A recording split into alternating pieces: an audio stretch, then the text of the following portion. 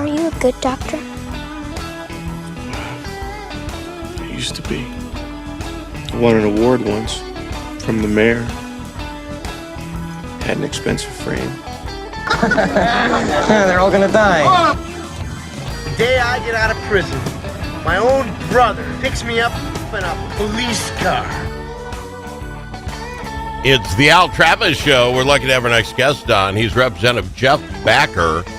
Representative, you're District 9, 9A. Can you tell the rest of us what that is for now? Because every 10 years you guys change that stuff, and who knows what number you'll be. Where's 9A? We do travel a little bit every 10 years, I tell people, but District 9A it's the only district that borders North Dakota, South Dakota. I physically live in Browns Valley, Minnesota, which is, if you look west, there's that hump bump tip elbow nose. Yeah. Browns Valley is that on the very tip of that. The areas I represent is counties, so all Wilkin County, so about 12 miles south of Moorhead, then Traverse, which includes Browns Valley and Wheaton. Then we hit up to Grant County, Elbow Lake, Hoffman, Herman, and then the western 2/5 of Otter Tail. So literally, Al, if I go from the southern part of the district to the northern and back, that's longer than if I go one way down to St. Paul every week when we're in session. So it's a big district, a lot of counties. It is, and I thank you for doing it. Can I ask what's your profession outside of being business owner? Yeah. Okay. There's two of me. I have identical twin brothers. So we have a company called Snert Stopper. Because what is a Snert Stopper? What is that? Well, Snert Stopper is the ultimate garage door sealers to keep snow, dirt, rain, cold critters outside where it belongs. And instead of, a lot of the door seals on your garage is like a hospital gown. You think you're covered, but your assets are exposed. Where we seal it up and we cut your heating costs. I love that. And is Snert Stopper what? Snert, SNIRT Stopper. Snert Stopper. Yes, it is. All right. And people can just look that up online. I love it. I got to be honest, I did not see that coming. Well, that's good. Sometimes it's okay to have a fast curveball in the morning. I'm all for it. No, that is wonderful. The Snert Stopper. Okay. More serious news, if we can. Big news, of course, happened last week, and I don't think anyone is surprised that sides are being taken on this. The Annunciation school shooting last week, the church school in Minneapolis. Well, it's all out. We've got to ban guns now. It is the talk of the governor that he wants to have a special session.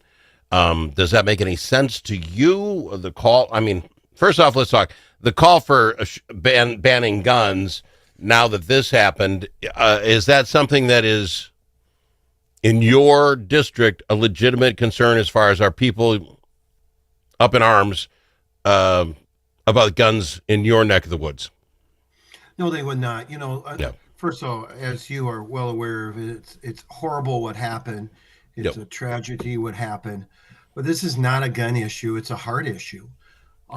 If you read the stuff of the shooter, he was an evil person.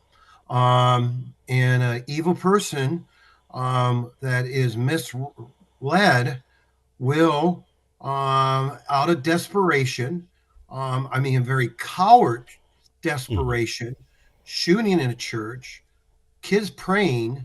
This is not a gun issue. Gun control, and if you look at it, Al, Minneapolis has some of the most restrictive gun laws in the country. And look at the murders that go on in Minneapolis. And I'm not saying anything negative to the police. I'm a strong supporter of police. They work within the tools that they have.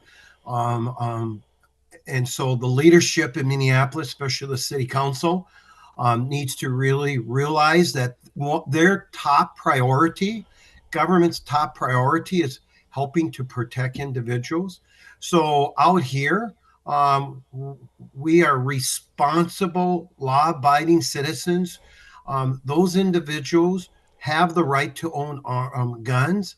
No gun law would have changed the heart of this individual, this man, and so forth. So I don't arms. I don't disagree. How long have you been? Oh, like you're about 6 terms. You're 12 years into this, right? So you've been around the block a little bit. This is not my first rodeo. You are correct. So then can you tell me, when you listen to what Walz is saying, when you listen to some of your counterparts talking on the other side, and they get whooped up about banning guns now, they must see the same thing you do. We're all looking at this same incident that happened. This guy was off bubble. This guy was not all there, and yet this is an opportunity to ban guns for everyone else. Do they really believe that? Is this a good time for them so that you just make hay when you can? Or are they somehow swallowed in it? You see gun bad, now we must go after it. What is you work with these people? You know, very fair question. I do believe there are some people saying, you know, guns are the problem. Guns don't kill people. That evil man is who killed the kids. Okay, the gun did not. The gun was an instrument. Again, this is a heart problem. So there are going to be some individuals, some of my colleagues on the other side, that would say, no, it's a gun issue. No, it's not a gun issue. And quite frankly, you know, calling a special session on this, to me, as you probably have said, is the governor can call it, but look at the scenario. We as legislators, we have our own election certificate. I represent the great people of 9A, so we can go down any path. I think it would be more prudent to be looking at school safety, which is what we have been pushing for years. When we had an $18 billion surplus, the Democrats raised the taxes by $10 billion. And don't forget, we went into a deficit of $6 billion. So what does that mean? That means they took our credit card and okay, we spent it on fluffy duff. We should have been investing already. And that was a charge from us on the Republican side. And so that's what we should be focusing on. We should be focusing on safety to schools. We should also be looking at not just the end results, but what got us here, instead of, oh, it's guns, because it's not guns. We as law-abiding citizens have the right to protect ourselves, because us law-abiding citizen we're not going to do this horrible evil that this coward did at these poor individuals and families. So give me this then. Walz discussing it. Is it just a political play? Here's a guy who has yet to decide whether he wants to get into the governor's race or not. He runs up the flagpole about a special session, which, if I'm doing the numbers right, 67, 33, 34, this gun legislation will go nowhere. Is it then just political folly for him to say, you know, I did all I could. These darn Republicans just wouldn't meet us halfway? Is this nothing but political theater? It is all political theater. Walz has his own radio station on WIFM, What's in It for Me, and he has that baby wide open. I got to write that thing down. Yep, he has that baby wide open. He cares about himself, and I, and so forth. Here's what's really challenging. When he ran, it's one Minnesota. Well, it's a one expensive Minnesota under his rule. It's a one fraudulent Minnesota. He does not support the working class. So this is all about theater. If you look at it, you could actually easily say with his rhetoric over the years, where he goes and he pokes, not even pokes, actually takes a baseball bat and hit his opponents at time across the head with the baseball bat. He needs to be a leader.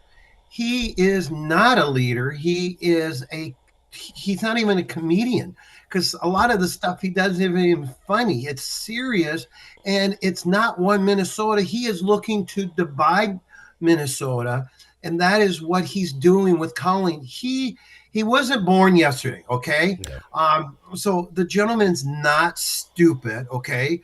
So his political, instead of looking, what can we do to move the state forward as a stronger state? where he's constantly trying to divide instead of finding a way to unify and create trust. Quite frankly, I served when Dayton was governor, and of course when Walz, and I trust Dayton more than Walz, because he at times will, one day he sounds like he's saying this, the next day he sounds like this. People in my district would say it sounds like he's talking out of the side of his mouth. I got that. I've got to go to break. When we come back, I want to talk with Representative Jeff Backer about outstate hospitals and EMS. I know he's on that committee. We'll chat about that and much more right here with the Al Travis Show on WIFM. What's in it for me? I'm stealing that, sir. That's wonderful. That's, oh, man. You're welcome.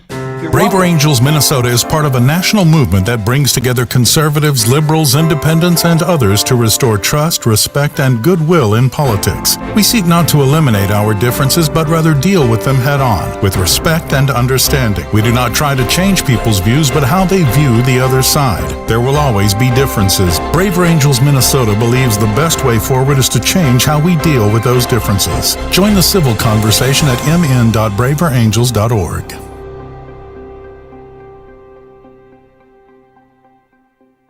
If it's your turn to host a game, Grandpa's Barbecue suggests you try something different.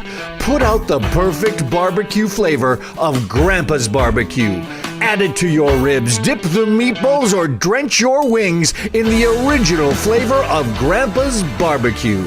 It isn't too hot or spicy, fruity or smoky or whatever. Grandpa's Barbecue. Available in select stores and online at grandpasbarbecueshop.com.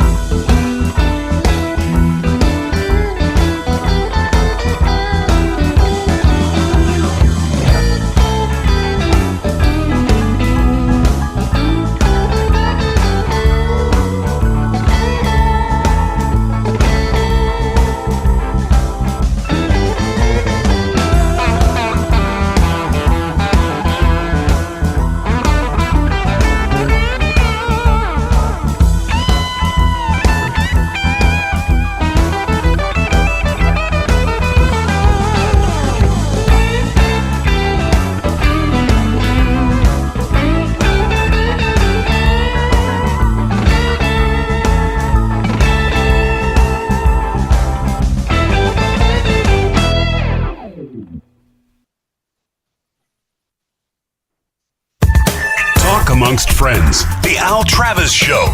Nothing but talk. I've got him, Representative Jeff Backer, on the program with us. Representative, let me frame it like this, and you tell me if I'm way off base or not.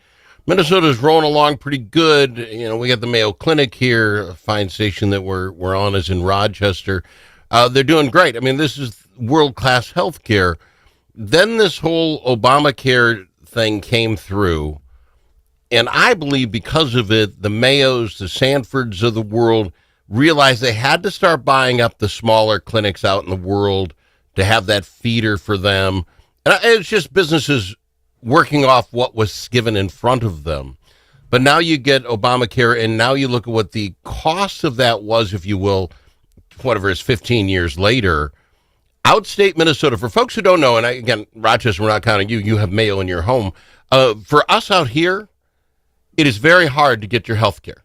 There are literally things you have to be driven 60 miles for just to get there. You're like, well, we used to get it here, but you don't anymore. Luckily, my local hospital has decided niche marketing. They're going to do OBGYN stuff and get the babies born here, because otherwise you were driving 40 miles with your, and your wife in labor. To me, that's the market, each of these little hospitals that are left deciding what they can't do. I don't blame Mayo for saying, all these little things, let's make this one good at this and this one at this, and we'll just have people have to drive further. Outstate Minnesota, I presume where you're at in western Minnesota, you're in the same boat. Am I lying here? I'm not blaming the healthcare industry. They're working with the rules that they were given, and now we're sitting out here in outstate. We've got crisis out here. Yeah, you're not wrong, Al. We have deserts. The challenge that we have is, first of all, Minnesota before Obamacare literally had the best healthcare system in the country. We had a program that helped individuals, roughly $200 a month, $250 for premiums. We had programs to help the big corporations, with insurance. We had the smaller businesses. And then we also had a program to help with people who had pre-existing conditions. Mm-hmm. It was a little clunky, but it wasn't broken like what happened after Obamacare. And so what has happened is, because those Medicare and Medicaid rates went down so far, we have hospitals and we also have ambulances, EMS, that is running a deficit. I have volunteered as an EMT for 30 years for the Browns Valley Ambulance. So I saw what was before and I saw what was after Obamacare. We have to do pancake feeds because the rates are so low. And then unfortunately we have, and I'm going to be very critical because healthcare matters. I serve as the co-chair of health. But over the years, we've had the Democrats who have added more people to Medicaid, more people to medical assistance and Medicare, but not put more money into it. So what we're having, and we did good work this year, but at the same time, if it's you, if it's a loved one, if it's your neighbor. I was at a show this weekend and the person next to me had a gallbladder attack, which I was able to help her. But her biggest concern was if she can pay it because she's self-insured, because she's self-employed, because she can't afford it. So we can do better. Minnesota moved forward this year. It wasn't easy at a 67-67 tie, but you are 100% correct. Hospitals are struggling. They're not struggling. They're not even on their last breath. Some of them are on their last shoestring, and we have to shore this up because we don't want more deserts, hospital deserts or healthcare deserts in Minnesota, because we have pharmacies. In my town, I don't have a pharmacy. I'm a pharmacist, desert. We have to travel 20, 30 miles for the closest pharmacy. See, when I get with this, they spend $18 billion extra, tax another $10 billion. You see, at least $1 billion just being wiped away in fraud. And yet we're out here in outstate Minnesota, and with all the things you just described, we are failing those Minnesotans. I'm sorry. You should not have to drive 30 miles to pick up your pharmacy. You just shouldn't. Because guess what? A lot of, not you, my mother is 81. She shouldn't be driving that far to get her medicine. No, I mean, we have to do better. And I thank you for coming on the program, sir. We're running out of time. Is there one last thing? Can you give me one last bit? I'm sorry. First of all, thank you for having it. Us Republicans, we are going to continue to fight the good fight. Just really common sense stuff. Support the working class, because right now our current administration, I think sometimes has troubles running a toaster. So we'll keep fighting for us, working class, greater Minnesota out here in greater Minnesota area. Thank you, Al. Have a good day. No, you as well, my friend. I appreciate it. One more time, Slits. What was the business again? Snert Stopper. SNIRT Stop. Snert happens. Stop it. That is too cool. Think about it. Now that school's out for the summer, how are Minnesota students doing? Not very